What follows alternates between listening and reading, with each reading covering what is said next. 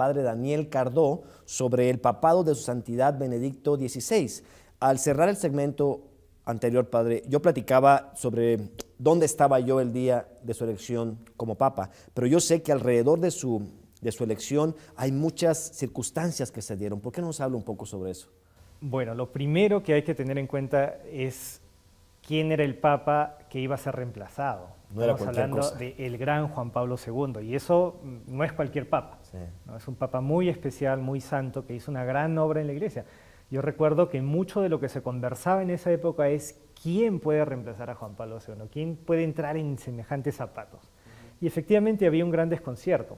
Vino el cónclave, que es esta reunión en la cual se reúnen los cardenales para elegir quién va a ser el nuevo sucesor de Pedro.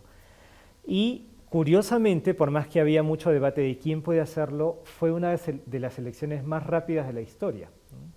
Se alcanzó una mayoría a la tercera votación, que es muy rápido, y fue elegido a quien hoy conocemos como Benedicto XVI, Joseph Ratzinger, quien llevaba más de 20 años sirviendo en la Santa Sede como el prefecto de la Congregación para la Doctrina de la Fe, un teólogo, un hombre que destaca ante todo por su inteligencia, por su sabiduría, y eso es algo que tenemos que pensar y quizá vale la pena conversarlo.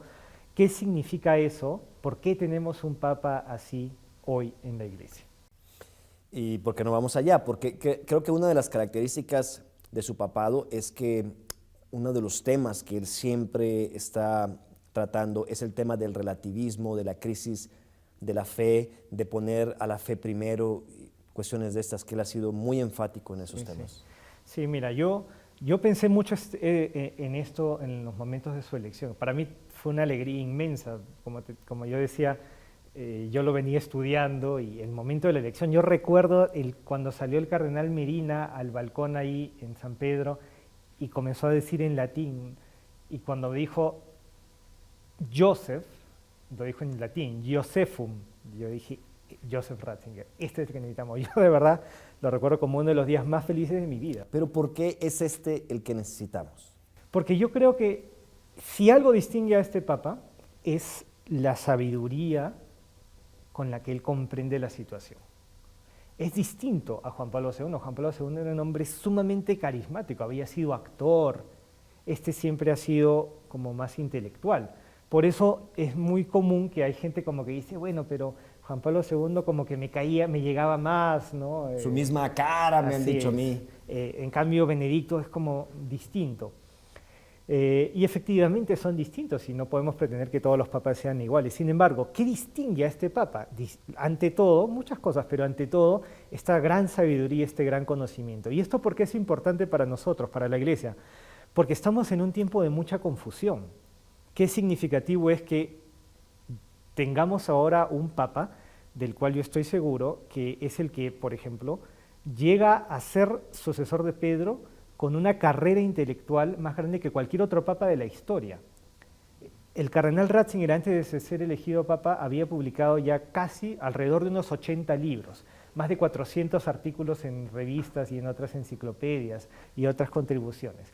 No hay ningún papa en la historia que haya publicado tanto. Tenemos un gran pensador en la sede de Pedro y eso significa que es un papa que va a entender bien los problemas, que nos va a enseñar. Algunos han dicho que la gente iba a ver a Juan Pablo II y la gente va a escuchar a Benedicto, porque es el papa que enseña. Y esto es significativo también. Más o menos están yendo 2, 3 veces más cantidad de gente a escuchar a Benedicto, a escuchar sus catequesis. Esto también es significativo, De lo que iba con Juan Pablo II.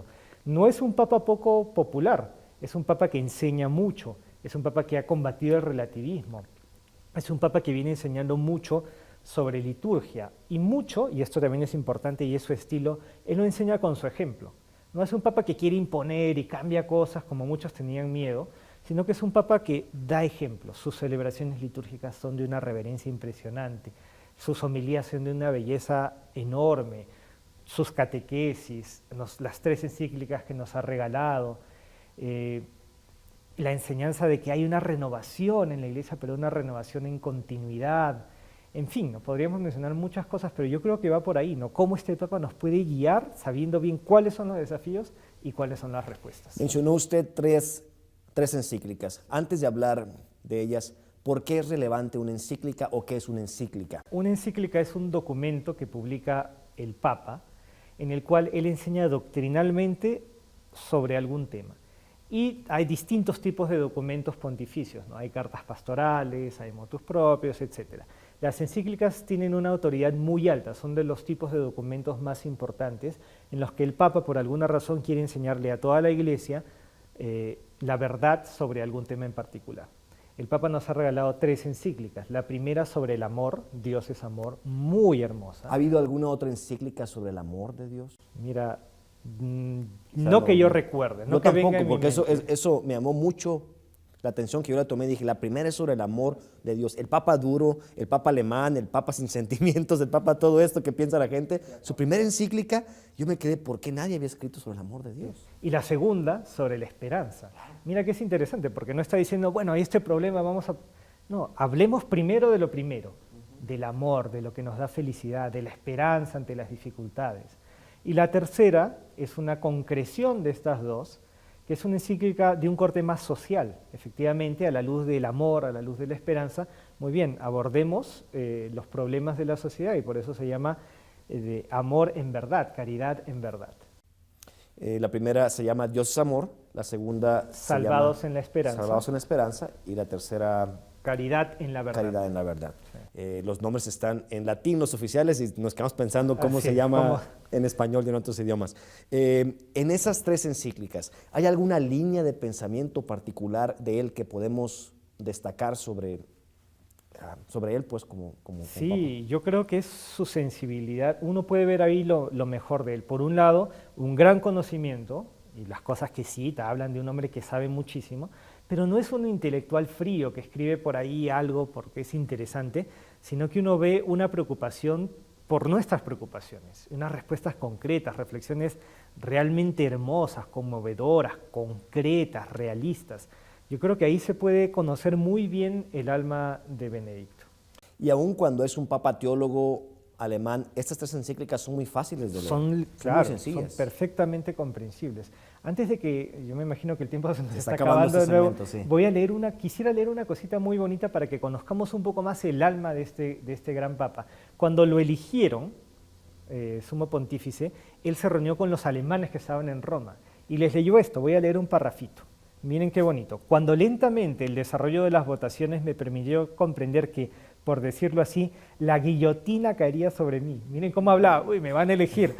Me quedé desconcertado.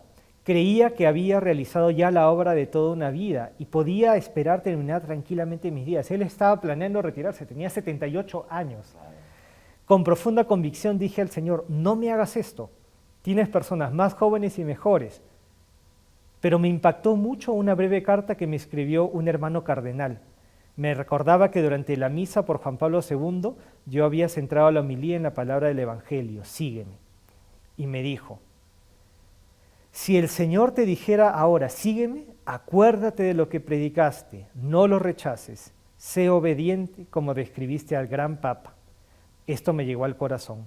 Los caminos del Señor no son cómodos, pero tampoco hemos sido creados para la comodidad, sino para cosas grandes. Yo creo que aquí podemos conocer quién es Benedicto. No quería, pero si Dios se lo pide, aquí estoy, Señor, para hacer tu Qué plan. bonito final. Y usted y yo y los que nos ven, no hemos sido creados para la comodidad, hemos sido creados para cosas grandes, porque grande es el Creador. No le cambien, volvemos en Fe Católica Viva.